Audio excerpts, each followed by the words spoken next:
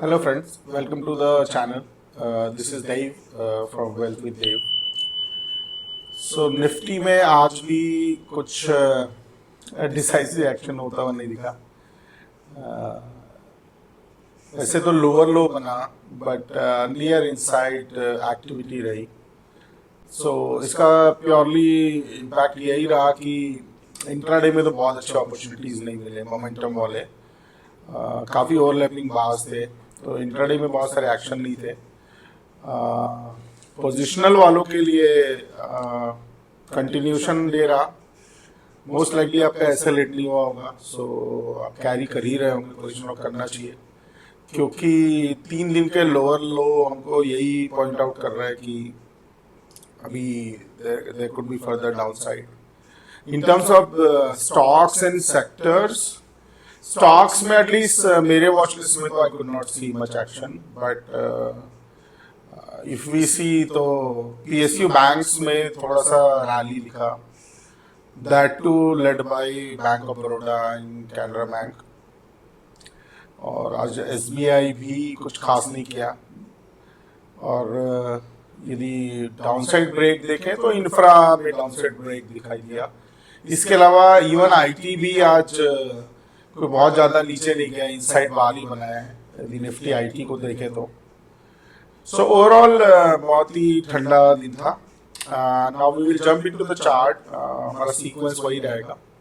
हम ब्रीफली आज क्या हुआ वो देखेंगे और उसमें ये देखेंगे कि इंट्राडे में कुछ हमें ट्रेड अपॉर्चुनिटीज थी क्या। मोस्टली आरएसआई बेस्ड एक स्ट्रैटेजी है।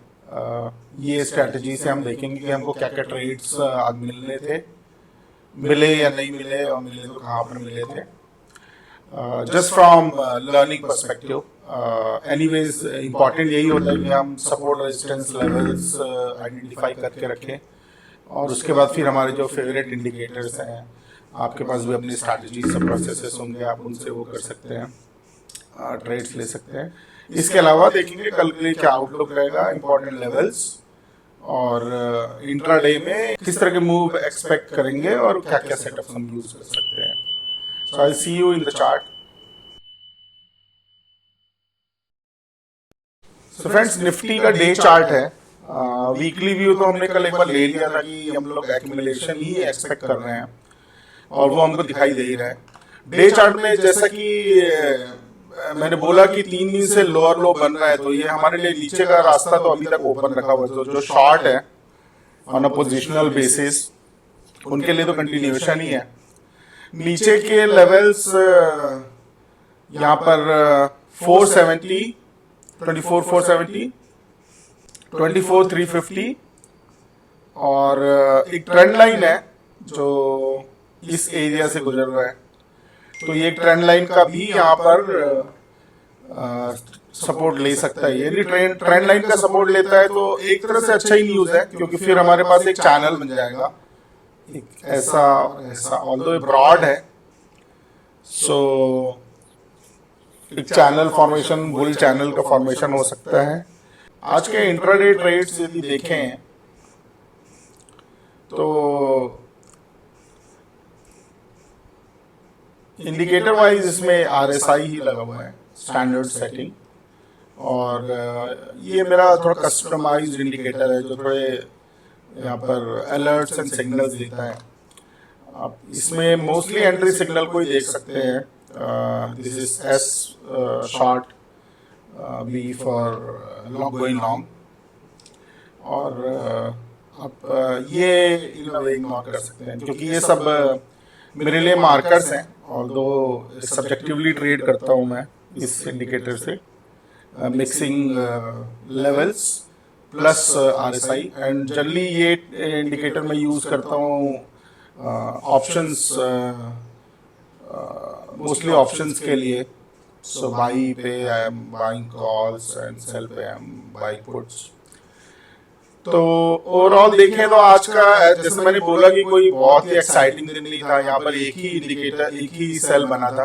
ये एसेंशियली ब्रेक ऑफ आरएसआई 37 बताता है ये इंडिकेटर बिलो फॉर शॉर्ट, और break of 62 above RSI 62 for long trades.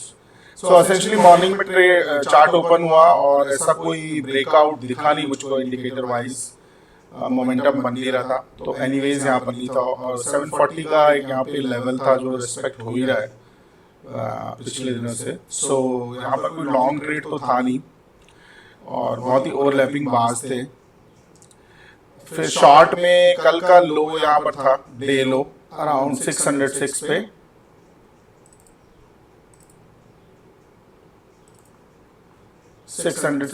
तो वो ब्रीच एक बार हुआ और इसमें कोई फॉलो थ्रू नहीं मिला। So anyways short signal negate हो गया था क्योंकि फॉलो थ्रू नहीं होने से कोई देयर वाज नो पॉइंट। और उसके बाद फिर रिवर्स हुआ मार्केट और फिर पूरे दिन रेंज में ही रहा। सिमिलरली यहाँ पर भी कोई फॉलो थ्रू बैठा नहीं और एक नया लोअर लो बना जरूर, बट आप ऑप्शन चार्ट देखेंगे तो आपको यहाँ पर कोई ऐसा बहुत बड़ा ऐसा कोई एक्साइटिंग वो नहीं दिखा होगा कि अभी कंटिन्यू कर जाए। सो यहाँ पर ओवरऑल इंट्राडे बेसिस पे तो आज कोई ट्रेड नहीं था, बट ये वी कैन एक्सपेक्ट इट क्योंकि कल काफी सारे ट्रेड्स थे, नियरली तीन स्विंग्स तो थे ही। तो आज ऐसा कोई स्विंग मिला नहीं। मैं मोस्टली एक स्विंग ट्रेड करना चाहता हूँ, स्कैल्प में करता नहीं। So I need fair swing to make money. तो इंटरडे बेसिस पे कोई आज बहुत एक्साइटिंग नहीं था। अब कल के लिए हमारा आउटलुक देख लेते हैं। कल के लिए हमारा आउटलुक है, हमारे लेवल्स तो नियरली जो हमने कल डिस्कस किए थे वही थे। आज का जो लो है ये अपडेट हो जाता है 24,587.7। इसके नीचे हम एक्सपेक्ट करेंगे कि हमारा डाउन साइड ब्रेक होगा और यहाँ पे 3 हमको लेवल्स दिख रहे हैं जहाँ पे हम स्केल आउट कर सकते हैं या तो हम फुल प्रॉफिट ले सकते हैं, डिपेंडिंग ऑन कि हमको कितना प्रॉफिट हमारा मिल रहा है, कितने रिस्क पे हमने एंटर किए हैं रिस्क रिवॉर्ड रेशियो से। सो एक तो ये ट्रेंड लाइन से बाउंस एक्सपेक्ट कर सकते हैं, एक ये एरिया टू वॉच है। फिर हम 24,470 पे एक बार वॉच कर सकते हैं अपने ट्रेड को। और यदि एक बड़ा मूव डे आता है तो आई थिंक 587 से 350, सो 200 पॉइंट का मूव अनएक्सपेक्टेड तो नहीं है निफ्टी में। सो क्या जाएगा, कल जाएगा नहीं जाएगा वो तो हमको कल ही दिखेगा। वैसे से एक इम्पॉर्टेंट वही चीज है कि 3 लोअर लो बन रहे हैं, so it might create gain momentum and try to touch these levels. तो हमारे लिए ये डाउन साइड का ट्रेड रहेगा यदि हमको डाउन साइड मूव और मोमेंटम दिखाई देता है। तो अप साइड में हमारे इस ट्रेंड लाइन के साथ के ब्रेक के साथ यदि हमको मोमेंटम मिलता है तो एक अपसाइड एंट्री यहाँ पर है और हमको यहाँ पर इनिशियल प्रॉफिट बुकिंग दे सकता है 740 लेवल पे। We should watch it. अभी इस आज का डे हाई 731 पे है। सो मेरे पर्सपेक्टिव से I am considering this whole area to be a supply zone और इसके ब्रेक पे दिस 800 विल ओपन और यहाँ पर हमारा एक ये एरिया बना हुआ है जहाँ पर हमको वॉच करना है। अगेन जहाँ पर से सप्लाई आ सकती है, ये भी एक स्ट्रॉन्ग लेवल है ये वाला एरिया 800 to 838। सो एक तो ये सप्लाई हो सकती है और 740 इटसेल्फ सप्लाई का काम कर रहा है। ओवरऑल मार्केट डाउन ट्रेंड में है डे चार्ट में, तो I think downward short rates में ज्यादा मूव स्मूथ होने के चांसेस हैं।